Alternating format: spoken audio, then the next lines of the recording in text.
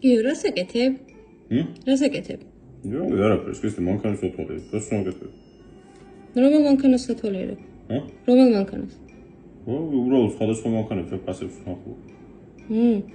რა ფერის მანქანა გინდა? შავი სავარაუდოდ. შავი? თეთრი არ გინდა? არა, თეთრი ხო ისედაც ყავს ქრისტე მომერ ბანძობა. მანახი აბა მანქანა.